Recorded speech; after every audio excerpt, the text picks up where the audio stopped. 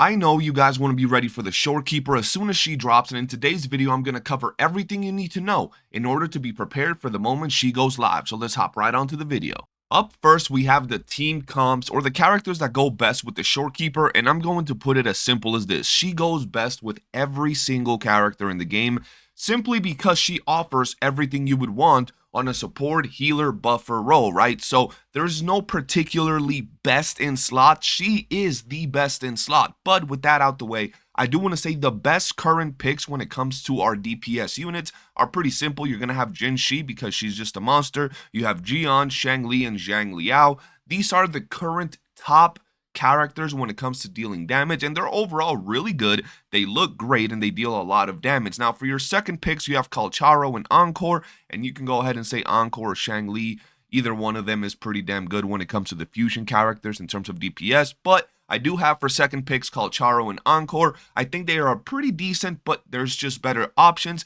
And for your third pick, we have the Havoc Rover, another pretty damn solid DPS when it comes to dealing damage. But overall, once again, guys, keep in mind, whatever character you decide to pair up with the Shorekeeper is going to be doing a lot of work. Whether you want to go for Shishya and just absolutely destroy, or whether you want to go for one of the ones on screen, or someone else that I didn't even mention, the Shorekeeper is an absolute beast of a unit. Now let's talk about the total materials you're going to need in order to be ready for the Shorekeeper. Now, first off, I do want to say there is going to be a new item that we're going to get in the new area in the 1.3 update, so we don't have the information on that yet, but you can begin preparing by getting your Sentinel Daggers, Whispering Core, and your Helix, and start saving up that money because it does get pretty expensive. And this is not even counting the weapon if you want to level that up, but overall you can see the materials on screen, so begin farming as soon as you can. Now, I know that saying you need all these materials might be a little overwhelming. Well, I'm going to link this page in the description of the video, but you can come right here and check exactly how many materials you need for each one of the levels. And if you scroll down on this page, you will see that you can also check the skill attributes and stat enhancements you will be getting as you level up your skills. And if you scroll all the way down to the bottom of the page, you will see that they have a calculator, so you know exactly how many resources you need to take them to very specific character levels, their skills to very specific levels. And as you can see right here, we're taking level 7 and level 70 for your character as a base formula because that's the most common place most people will be at. And as you can see right here, it tells you exactly how many things you need. And you can bring this all the way up to level 90, which is max character level currently. And it'll tell you exactly how many materials you need, and that's pretty much it. I wanted to add this here so people have ease of mind and they know exactly how many materials they need depending on the level they are. Up next, we have her weapons, and her best in slot, like every character that's on a banner, is going to be her signature weapon. Not only does it increase HP and give an insane amount of energy regen, but it also increases the attack of your party by 14% for 30 seconds, and this stacks really well with her abilities to already do things like heal you and increase your crit. Overall, her weapon is her bread and butter when it comes to making her even better, but there are other options. Now, if you're looking for a simple stat stick, you can go for the String Master or Cosmic Ripples, but in reality, I think that the budget option variation low-key might be the best second option currently available for her if you don't happen to get her main signature weapon. But once again, her signature weapon is her bread and butter, is made to fit with her kit that much nicer, and it's going to overall make her a support that is pretty much necessary on almost any team if you're trying to beat endgame content. She is truly going to replace Verena regardless for the most part, but her weapon gives her even more of an oomph to what she brings to the table. Now let's talk about the echoes. Ideally, you're going to want to run the Rejuvenating Glow set. This is going to be your best in slot set for her, and when it comes to the actual echoes for your forecast, you have the Bellborn Turtle or the upcoming Fallacy of No Return.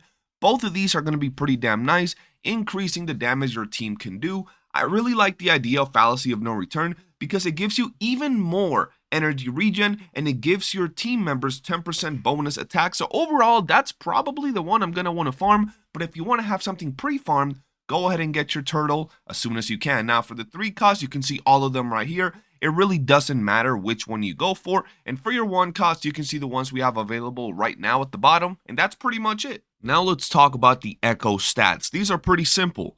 For her main stats, for the 4 cost, you're going to want to go for healing bonus. That's pretty simple. That is what she does. For the 3 cost, you're going to want to go for energy regen. But if you have her weapons and you've rolled some pretty good substats for energy regen, you can go ahead and go for spectral damage if that's what you want, because she honestly gets so much energy regen. For the 1 cost, go ahead and go for HP. It's quite simple. And for the substats, you can really go with anything apart from flat stats. So crit rate, crit damage, res liberation, res skill, HP, attack percentage, energy regen. All of these are going to be pretty basic and pretty good. Overall, she's a very easy character to build. Everything just revolves around her dealing better heals, giving more buffs. So her substats are not really that important, but this is personally what I'm going to go for. Now, there is one more thing I want to show you guys, and this is how to go about getting extra resources so you can speed up your character's leveling. And the first place we're going to go to is Uncle Way. If you go over to Uncle Way, you will see that he sells several materials that are going to help you leveling up your characters, as you can see right here. And this is going to make everything so much easier. It might not be a whole bunch of them, but if you go out of your way, you can go ahead and buy yourself several of these items. And even if they're in the lower rarity, you will still use these and they will help you out a ton. So let's go ahead and buy some of these just to start getting ourselves set up. Our next stop where you can get some materials and make your grind a lot easier is going to be the Shi Fang Pharmacy. If you go over here and you talk to Coco, you will see that she sells a bunch of resources that you're going to need in order to level up your characters. So do be sure to come over here and talk to her in order to make your grind a lot easier.